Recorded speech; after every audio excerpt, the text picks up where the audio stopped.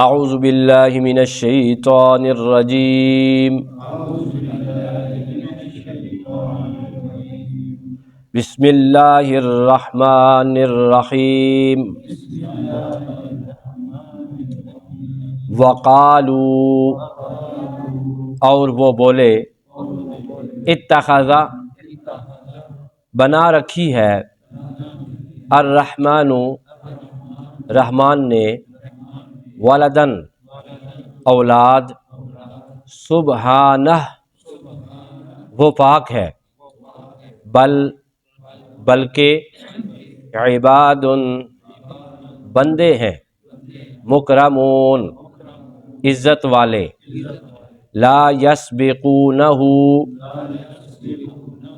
وہ آگے نہیں بڑھتے اس سے بالقول کسی بات میں وہم اور وہ بِأَمْرِهِ اس کے حکم پر یعملون عمل کرتے ہیں یعلم وہ جانتا ہے ما جو کچھ بین ایدیہم ان کے سامنے ہے وما اور جو کچھ خلفہم ان کے پیچھے ہے ولا اور نہ ہی وہ یشفعون شفاعت کرتے ہیں الا مگر لمن ارتضی جسے وہ پسند کر لے وہم اور وہ من خشیتہ اسی کے خوف سے مشفقون لرزاں ہیں ومن یقل اور جو کہے منہم ان میں سے انی بے شک میں الہ عبادت کے لائق ہوں من دونہ اس کے سوا فذالک پس یہی ہے نجزی ہے ہم سزا دیں گے جسے جہنم کی کذالک اسی طرح نجزی ہم دیتے ہیں جزا الظالمین ظالموں کو صدق اللہ مولانا العظیم اللہم صلی علی سیدنا و مولانا محمد وعلی آل سیدنا و مولانا محمد وبارک وسلم وصلی علیہ۔ حاضرین محترم، ناظرین اور سامعین، اللہ رب العزت کے فضل سے سورہ انبیاء کی آیت نمبر 26، 27، 28 اور 29 کی تلاوت سے شرف یاب ہوئے ہم سب، اور اب ہم تفسیر کی طرف بڑھتے ہیں۔ اللہ تعالیٰ کی بارگاہ میں دعا ہے کہ وہ ہم سب کو قرآن کی سمجھ اور اس پہ عمل کی توفیق عطا فرمائے۔ کفار کی طرف سے ایک اعتراض تھا یا ان کا گمان تھا اور ان کا ایک غلط عقیدہ تھا کہ یہ جو فرشتے ہیں یہ اللہ تعالیٰ کی بیٹیاں ہیں۔ العیاذ باللہ، استغفر اللہ ربی من کل ذنب و اتوب الیہ۔ آج کی ان آیات میں جو ہم نے پڑھی ہیں، رب ذوالجلال نے ان کے اس باطل عقیدے کا رد فرمایا اور اپنے فرشتوں کی صفات بیان فرمائی۔ اللہ پاک ارشاد فرماتے ہیں وقالو اور کافر بولے اتخذا بنا رکھی ہے الرحمن و رحمان نے ولدن اولاد، یعنی کہ یہ جو فرشتے ہیں یہ اللہ تعالیٰ کی اولاد ہیں اور اللہ تعالیٰ کی بیٹیاں ہیں، الیاذ باللہ۔ سبحانہ، پھر اللہ پاک خود ہی جواب دیتے ہیں کہ سبحانہ وہ اللہ اولاد سے پاک ہے، اللہ کی اولاد نہیں ہے۔ اولاد کی ضرورت اسے ہوتی ہے جسے زوال ہو، اللہ کو زوال نہیں ہے، یعنی کہ زوال خود اللہ کی مخلوق ہے، اللہ نے تخلیق فرمایا۔ اولاد کی ضرورت اسے ہوتی ہے جو کمزور ہو، اللہ پاک کمزور نہیں ہے۔ اولاد کی ضرورت اسے ہوتی ہے جو بیمار ہو جائے، اللہ پاک بیماری سے بھی پاک ہے۔ اولاد کی ضرورت اسی ہوتی ہے جو بے سہارا ہو. انسان بے سہارا ہو سکتے ہیں لیکن اللہ پاک بے سہارا نہیں، وہ تو سہارے دینے والا ہے، وہ تو سب کا سہارا ہے. اولاد کی ضرورت اسے ہوتی ہے جسے اپنے مرنے کے بعد وارث کی ضرورت ہوتی ہے. رب ذوالجلال تو زندگی اور موت کو خود پیدا فرمانے والا ہے، وہ ہمیشہ سے قائم ہے، حی قیوم ہے. اس لیے اللہ فرماتا ہے مجھے اولاد کی ضرورت نہیں ہے، بلکہ اولاد خود میں نے تخلیق کی ہے تمہارے لیے. تم بے سہارا ہو اور تمہیں کمزوری ہوتی ہے، تم بیمار ہوتے ہو اور تمہیں اپنے وارث کی ضرورت پیش آتی ہے. سبحان اللہ، اللہ تعالیٰ پاک ہے اولاد سے. اللہ فرماتا ہے بل عباد مکرمون، بلکہ وہ بندے ہیں اللہ کے عزت والے، بلکہ وہ بندے ہیں اللہ کے عزت والے. لا یسبقونہ، دوسری صفت ان کی کیا ہے؟ پہلی صفت ان کی تھی کہ وہ عزت والے بندے ہیں، دوسری صفت لا یسبقونہ، وہ تو اتنے اطاعت گزار ہیں، وہ تو اللہ کے سامنے اتنے جھکے ہوئے ہیں کہ وہ سبقت نہیں کرتے، وہ ذرہ برابر بھی آگے نہیں بڑھتے بالقول، کسی بات میں، اللہ کی کسی بات میں، اللہ کی کسی حکم میں آگے نہیں بڑھتے، بلکہ جو کچھ اللہ کا حکم ہوتا ہے اسی کو بجا لاتے ہیں. وَهُمْ بِأَمْرِهِ يَعْمَلُونَ، یہ تیسری صفت ہے کہ وہ اسی کے حکم پر عمل کرتے ہیں. پہلی صفت کون سی تھی؟ کہ وہ اللہ کے نیک بندے ہیں، عزت والے بندے ہیں. دوسری، وہ کسی بات میں اللہ سے بڑھتے نہیں. تیسری صفت کیا ہے؟ کہ وہ اللہ کے حکم پر عمل کرتے ہیں. یعلم ما بین ایدیہم، اللہ جانتا ہے جو کچھ ان کے سامنے ہے، وما خلفہم، اور جو کچھ ان کے پیچھے. علامہ بغوی رحمۃ اللہ تعالی علیہ فرماتے ہیں کہ فرشتوں کے آگے کیا ہے، فرشتوں کے پیچھے کیا ہے. اس سے مراد یہ ہے کہ جو کچھ وہ آج کر رہے ہیں جو وہ ان کے سامنے ہے، اور جو انہوں نے ماضی میں کر دیا وہ ان کے پیچھے ہے. یعنی فرشتے جو کچھ کر رہے ہیں اللہ ان کے ہر فعل سے واقف ہے، اور جو کچھ وہ کر چکے ہیں، زمانے اور صدیاں بیت گئیں، ان تمام ان کے افعال سے رب ذوالجلال واقف ہے، جانتا ہے اللہ.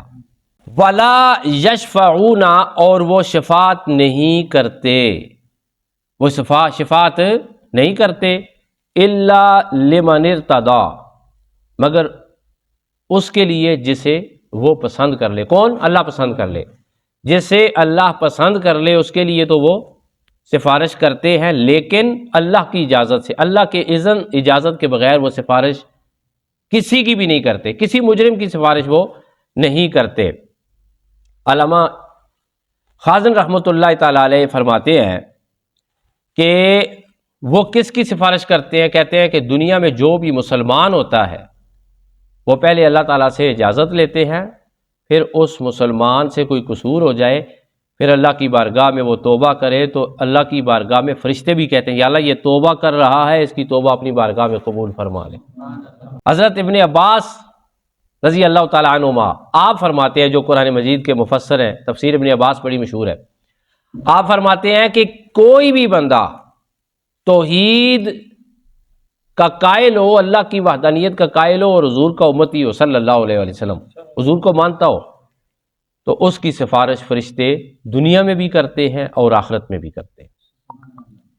قرآن مجید کی سورہ مومن آیت نمبر 7 خدا تعالیٰ ارشاد فرماتا ہے الذین یحملون العرش، اور وہ فرشتے جنہوں نے عرش اٹھایا ہوا ہے، ومن حولہ، اور اس کے ارد گرد کے تمام فرشتے، یسبحون بحمد ربہم، پاکی بیان کرتے ہیں اپنے رب کی تعریف کے ساتھ، وَيُؤْمِنُونَ بِهِ، اور اس رب پر ایمان لاتے ہیں، وَيَسْتَغْفِرُونَ، اور مغفرت مانگتے ہیں، مغفرت کی دعا کرتے ہیں. کس کے لیے؟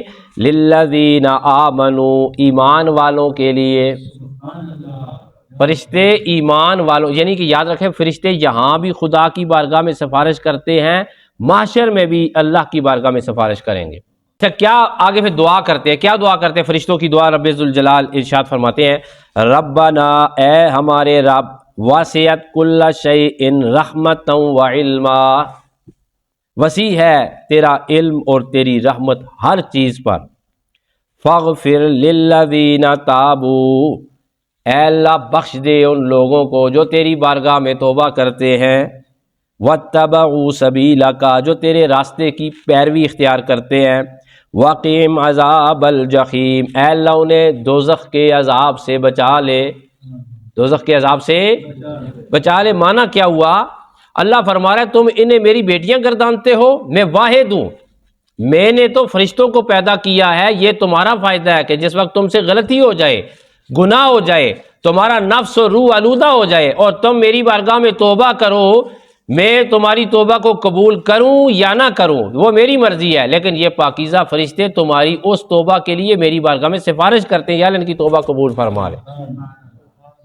تو توبہ جب کی جاتی ہے تو بندے کو مایوس بالکل بھی نہیں ہونا چاہیے۔ جب وہ توبہ کر رہا ہوتا ہے تو اکیلے توبہ نہیں کر رہا ہوتا، ادھر وہ کہتا ہے الہ العالمین مجھ سے غلطی ہو گئی ہے، اللہ مجھے معاف فرما دے۔ اللہ فرماتا ہے کائنات بھر کے فرشتے اس کے لیے دعا کر رہے ہوتے ہیں، الہ العالمین اس کی توبہ قبول فرما لے۔ اتنے فرشتے اس کے لیے جب دعا کرتے ہیں تو دیکھیں اللہ پاک اس کی دعا کو، اس کی توبہ کو کیوں نہیں قبول فرمائے گا۔ تو معنی کیا ہے جی؟ الا لمن ارتضی، بھائی غلطی ہو جاتی ہے بندے سے، گناہ ہو جاتا ہے بندے سے، اللہ پاک نے فرمایا بندے کی محبت ذرا دیکھیں، کہتے ہیں کہ ولا یشفعون اور وہ شفاعت نہیں کرتے الا مگر لمن ارتضی اس کے لیے، اس گناہگار کے لیے، اس خطا کار کے لیے کہ جو نادم ہو جاتا ہے، پر شرمندہ ہو جاتا ہے اور پھر اللہ کا پسندیدہ ہو جاتا ہے، اللہ کا پسندیدہ ہو جاتا ہے اور پھر توبہ کرتا ہے تو وہ فرشتے بھی اس کے لیے توبہ کی سفارش کرتے ہیں، پھر اللہ تعالیٰ ان کی توبہ ضرور قبول فرمائے گا۔ پانچویں صفت، چوتھی صفت تھی کہ وہ اللہ کی اجازت کے بغیر سفارش نہیں کرتے مگر اس کے لیے کرتے ہیں جو ہر مجرم کے لیے، اللہ یاد رکھیں فرشتے اللہ کے ہر مجرم کے لیے سفارش نہیں کرتے، یہ ان کی چوتھی صفت تھی جو آج کے درس میں بیان ہوئی، بلکہ جس سے وہ پسند کر لے پھر اس سے اجازت لیتے ہیں، پھر اس کی بارگاہ میں سفارش کرتے ہیں۔ ظاہر ہے جس کی بارگاہ میں فرشتے سفارش کرتے ہیں ان کو اجازت ملتی ہے تو تب کرتے ہیں نا، اجازت وہ تب دیتا ہے جب جس کی توبہ قبول فرماتا ہے، دعا قبول فرماتا ہے۔ دنیا کی سفارش تو آپ نے سنی، ایک حدیث مسلم شریف کی سن لیں، قیامت کے دن کیا منظر ہوگا ذرا سنیں، خوبصورت حدیث مسلم شریف، نبی پاک صلی اللہ علیہ وسلم ارشاد فرماتے ہیں کہ قیامت کے دن اللہ تعالیٰ ارشاد فرمائے گا فرشتوں نے، نبیوں نے اور نیک لوگوں نے شفاعت کر لی رحمان اور رحیم کے سوا، اللہ کے سوا سب نے سفارش کر لی۔ حضور فرماتے ہیں پھر اللہ ان لوگوں کی ایک تعداد کو جہنم سے نکال لے گا جنہوں نے دنیا میں ایک بھی نیکی نہیں کی ہوگی، ایک بھی نیکی نہیں، کوئی عمل ان کا نیک نہیں ہوگا، تو ظاہر ان کی نیت ٹھیک ہوگی، ان کا ایمان اور عقیدہ پختہ ہوگا، عمل نہیں کر سکے لیکن اندر سے وہ نادم شرمندہ ہو کر دنیا سے گئے ہوں گے، اور پھر فرشتے کہیں گے یا اللہ اس بندے کو کلمہ پڑھنے والا تھا، یا اللہ دل میں حضور کی محبت رکھنے والا تھا، نیک عمل تو اس کا کوئی بھی نہیں تھا، ٹھیک ہے، تو وہ آخرت میں بھی فرشتے کیا کریں گے؟ سفارش کریں گے، انبیاء سفارش کریں گے اور نیک لوگ سفارش کریں گے۔ وَهُم مِّن خَشْيَتِهِ مُشْفِقُونَ اور وہ فرشتے اس کے خوف سے لرزاں ہیں، اس کے خوف سے لرزاں رہتے ہیں، اس کا خوف اپنے دل میں رکھتے ہیں، اپنے پاس رکھتے ہیں، انہیں ہمیشہ اللہ تعالیٰ کا خوف گھیرے رکھتا ہے، یہ ان کی پانچویں صفت ہے۔ شعب الایمان نبی پاک صلی اللہ علیہ وسلم ارشاد فرماتے ہیں کہ میرے پاس ایک دفعہ حضرت جبرائیل علیہ السلام روتے ہوئے آئے، تو میں نے پوچھا جبرائیل رو کیوں رہے ہو؟ تو جبرائیل علیہ السلام عرض کرنے لگے یا رسول اللہ صلی اللہ علیہ وسلم جب سے جہنم بنی ہے میرے آنسو خشک نہیں ہوئے، میں سوچتا ہوں کوئی مجھ سے ایسی غلطی نہ ہو جائے کہ اللہ مجھے جہنم میں ڈال، استغفر اللہ ربی من کل ذنب واتوب الیہ۔ ایک دفعہ حضرت جبرائیل علیہ السلام سے نبی پاک صلی اللہ علیہ وسلم پوچھتے ہیں کہ اسرافیل کو میں نے کبھی ہنستے ہوئے نہیں دیکھا۔ جبرائیل علیہ السلام نے عرض کی یا رسول اللہ صلی اللہ علیہ وسلم جب سے جہنم بنی ہے اسرافیل کبھی مسکرائے نہیں، اسرافیل کبھی مسکرائے نہیں ہے۔ یہ مسند امام احمد کی حدیث آپ کے سامنے بیان کی۔ مسند امام احمد نبی پاک صلی اللہ علیہ وآلہ وسلم ارشاد فرماتے ہیں کہ اللہ کے کچھ فرشتے ایسے ہیں جو اللہ کے خوف سے روتے ہیں اور ان کے آنسوؤں سے ایک آنسو سے ایک فرشتہ پیدا ہوتا ہے، جو ہی ان کی آنکھوں سے آنسو گرتا ہے تو اللہ تعالیٰ ان کے آنسو سے ایک فرشتہ پیدا فرما دیتا ہے جو کہ کھڑے ہو کے اللہ کی حمد بیان کرنا شروع کر دیتا ہے۔ فرشتے اتنا روتے ہیں، خوف رکھتے ہیں، اللہ ہمیں بھی خوف عطا فرمائے۔ آخری آیت وَمَن یَقُلْ مِنْہُم، اور جو کہے ان میں سے انی الہ، کہ میں خدا ہوں، میں معبود ہوں، کون؟ مکرمین، بھائی نیک بندوں میں سے اگر کوئی کہہ دے، شرط ہے، ویسے ایسا ضروری نہیں ہے کہ ایسا ہو، فرشتوں میں سے کوئی کہہ دے، اللہ پاک فرماتا ہے کہ ان میں سے کوئی کہہ دے، وَمَن یَقُلْ، اور جو کہے منہم ان میں سے انی الہ، کہ بے شک میں عبادت کے لائق ہوں، من دونہ ہی، اس اللہ کے سوا، فَذَلِكَ نَجْزِيهِ جہنم، پس یہی ہے ہم سزا دیں گے جسے جہنم کی، كَذَلِكَ نَجْزِي الظَّالِمِينَ، اسی طرح ہم دیتے ہیں جزا ظالموں کو۔ اللہ فرماتے ہیں تم انہیں کہتے ہو کہ یہ میری بیٹیاں ہیں، اللہ یاز باللہ، تو بیٹیاں ہونے کا مطلب یہ ہے کہ یہ بھی خدا ہے؟ یہ نہیں ہے، ایسا نہیں ہے، بلکہ یہ میرے بندے ہیں، ان فرشتوں میں سے، حالانکہ یہ عبادت کرتے ہیں، ڈرتے ہیں مجھ سے، اگر کوئی کہہ بھی دے، کہتا نہیں ہے لیکن اگر کہہ دے کوئی کہ میں کیا ہوں؟ خدا ہوں، تو میں ان فرشتوں کو بھی جہنم میں ڈالوں گا، میں اتنا خود مختار ہوں۔ حاضرین محترم سامعین اور سامعات، آج ہم درس میں کیا سیکھ سکتے ہیں جی؟ 5 سبق سیکھ سکتے ہیں۔ نمبر 1، ہمیں دعا کرنی چاہیے اللہ ہمیں شرک کے شائبے سے بھی محفوظ رکھے۔ نمبر 2، ہم بھی اللہ تعالیٰ اور اس کے رسول پاک صلی اللہ علیہ وسلم کے کہے سے نہ آگے بڑھے نہ پیچھے ہٹے، جیسے فرشتے ہیں، اطاعت کرتے ہیں اللہ تعالیٰ کی۔ تیسرا سبق ہمیں یہ ملتا ہے کہ اللہ ہمیں توبہ کی توفیق عطا فرمائے، توبہ کرتے رہنا چاہیے، اس لیے کہ توبہ جس وقت بندہ کرتا ہے تو دائیں بائیں سے محسوس ہونا چاہیے کہ فرشتے میرے لیے سفارش کر رہے ہیں۔ تیسرے سبق میں دعا ہے کہ اللہ تعالیٰ ہمیں یہ دعا کرنے کی توفیق عطا فرمائے کہ قیامت کے دن اللہ ہمیں فرشتوں، انبیاء اور شہداء کی، اور خاص کر نبی پاک صلی اللہ علیہ وسلم کی شفاعت نصیب فرمائے۔